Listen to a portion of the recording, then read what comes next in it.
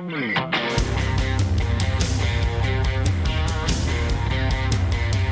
to ContenderCast, a global leadership and consumer industries entrepreneurship podcast centered on shining a light on bright ideas. And now, here's your host, Justin Hahnemann. Thanks, Justin. Thanks, Julian. Thanks for downloading, subscribing, and following. It's Justin Hahnemann, ContenderCast, for shining a light on bright ideas. Today, Jason Wong's here, founder of Saucy and Paking Duck, not to be confused with Peking Duck. I think it's awesome. What a great name. Jason, so great to have you on the podcast. Thanks for having me. Yeah, man. I was looking forward to this. You're doing so much work in and around our industry. And when I learned about your work and the kind of how you serve the industry, I was like, oh, this is perfect. You got to come on and tell your story. And you're a founder and entrepreneur, so I can't wait to dive in. So how about we start there? Give our audience a little bit of background, how you got into entrepreneurship. Yeah, I mean, I got into entrepreneurship as early as I can say back in middle school when I was selling candy. I was taking my lunch money, went to Sam's Club, bought a bunch of candy and sold for profit, and then bought even bigger lunches from there. But I think the very, very first time I made money on the internet was when I was 14. I was selling stuff on eBay. And, it sounds very trivial now that I look back at it. But like at that time, it kind of unlocked something in my brain that like, holy crap, you can make money selling things on the internet. And so that was a little business for me. And then I eventually got into marketing. I was helping other people sell things on the internet and doing a fantastic job at it. And eventually I got to a point where I'm like, if I'm helping other people sell so many things on the internet through my marketing activities, like, why don't I just sell my own things? And so when I was 15 years old, I started my own, my first e-commerce brand, like my own brand, my own 3PL. And when I say 3PL, I mean like I'm fulfilling that out of my bedroom. Right, of course. But we all got to start somewhere.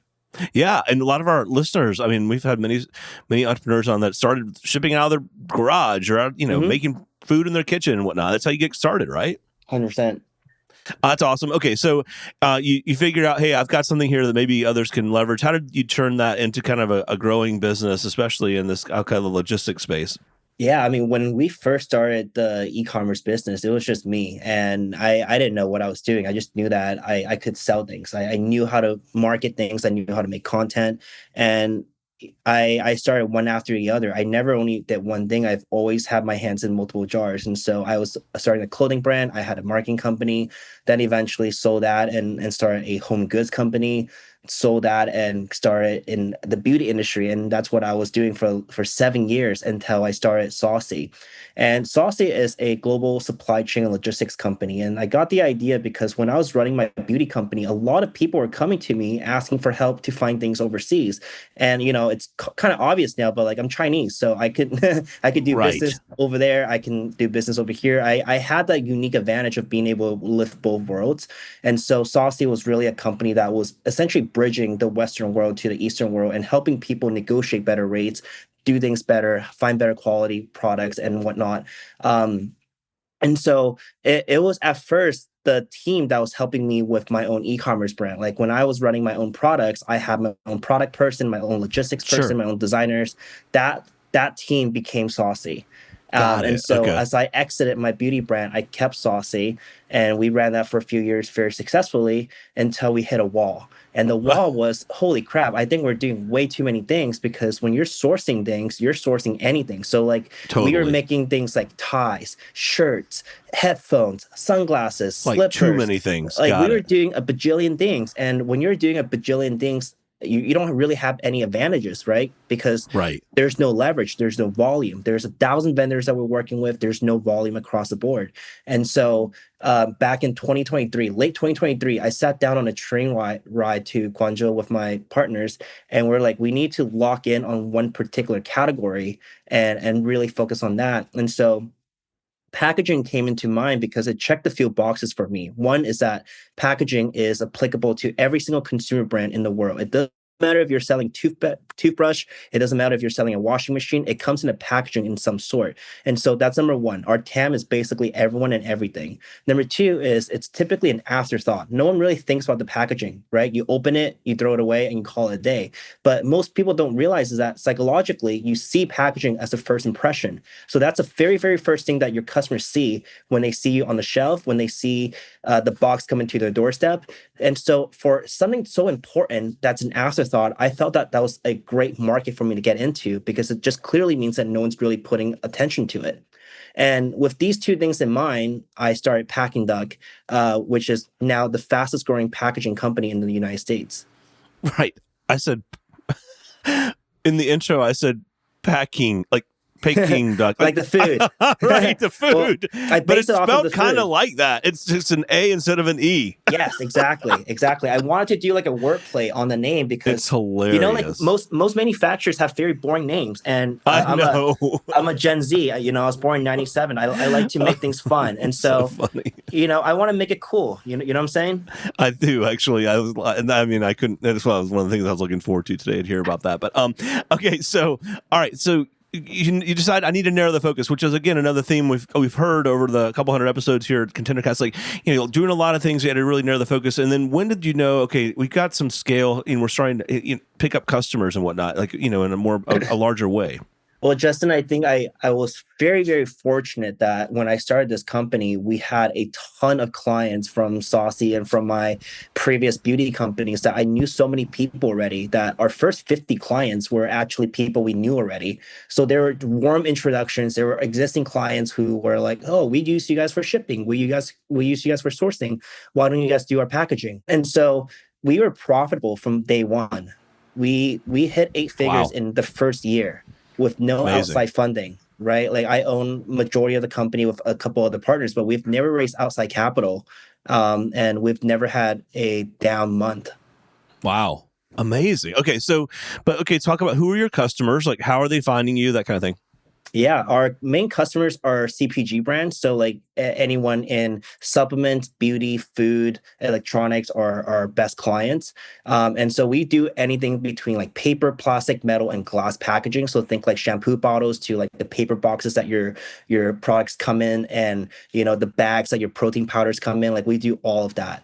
Wow. Our ideal customers, you know, like everyone's got to say like, oh, I want the perfect name brand clients like the ones you see in Walmart, but actually our best clients are not those. Our best clients are people who are growing rapidly on TikTok Shop, on Amazon, right? The ones with large amount of volume, but they're not national brands. They're not like a Tide or they're not like a Unilever brand. We actually believe that those brands are more difficult to work with than, you know, these TikTok brands that are growing rapidly and desperately need us.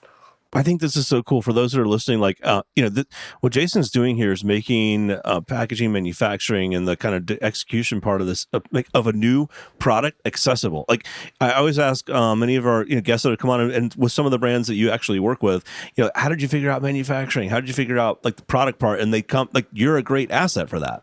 100%, 1000. And here's the thing. The part that I love about my job is that we're able to do things better but cheaper. We're saving our clients on average 10 to 20% on their costs, which is a huge amount of savings. If you extrapolate that into how much people spend on packaging a year, that's 6-7 figures a year in savings. So it's a great job to be when you're saving your clients money. Wow, amazing. You've worked with over 2,500 brands across 8 industries. You can check out Paking Duck, Paking Duck.com. Okay, so how do these brands find you? Are you marketing to them? Are they marketing to you? Is it word of mouth? Like, what does that look like? All our clients have been inbound or referrals. And one of the things that I did when I first started the company was put an emphasis on our content machine. And so if you go through our Instagram right now, it's at Duck, DUCK on Instagram. You can see I post one short form video every single day. And they get a few thousand views, but they're very concentrated founders business, like founders followers. We make a lot of content showing people behind the scenes of how things are made, how much things cost. Like I did videos breaking down how much Rolex boxes and their bags cost, which is something that people don't really know. Like you buy these fancy things, but like what about the packaging that covers them? Like how much do they cost? No one really knows about that, but I'm able to uncover that because I'm in that side of the business.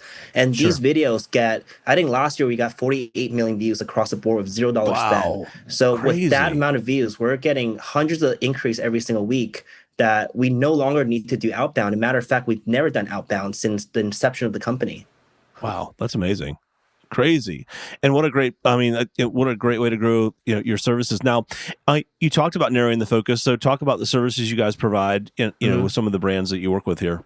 Yeah, so we do from design to shipping. So our main company, Saucy, the parent company, was a logistics and supply chain company. So we can do the shipping door to door. We can also do design for your product. We can do the manufacturing. So from your concept, let's just say Justin today, you said, I want to make a box and it looks like this and I want it this big.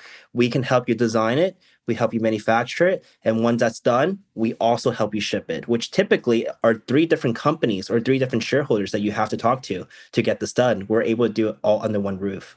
Wow. And then, as you've grown this business, I mean, what are some of the things that haven't worked? I mean, obviously you talked about having to narrow the focus, but what are the things that you've learned in this and Saucy, and what could you share with our audience in terms of some of the biggest lessons learned from that? Yeah. So everything that worked for us is just a small part of all the things that we tried that didn't work. So like, I'm very big on testing and iterating and see where it goes before I mark the idea as not good. So I'm at any time testing 5 to 10 different ideas for how to grow the business, how to market it, and how to operate it.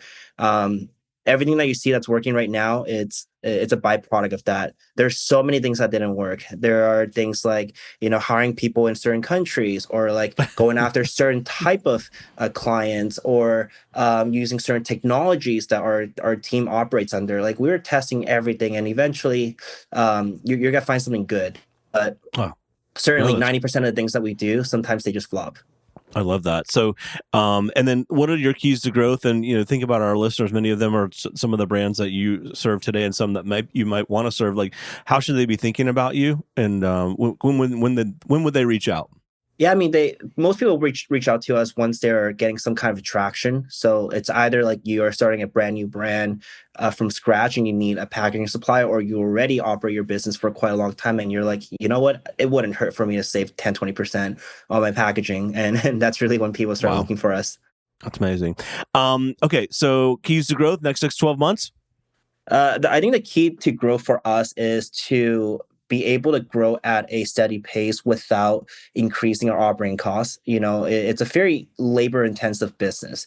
And so what we're doing right now is investing a lot of money in technology. So leveraging AI, we've leveraged AI since 3 years ago. So, we've been building a lot of internal tools. We didn't have to hire outside engineers or pay firms to do that. We built our own tools to facilitate our communication, make our ordering process more easily, give more visibility to our clients across the board on every step of the production process. These are things that like most manufacturers don't offer or don't have the time or resources to do. But from the get-go, we knew that we had to invest in technology in order to run more lean, increase our margins, and which in turn allows us to give better pricing to our clients. So the savings that you're getting from us is really the byproduct of us running a more lean company.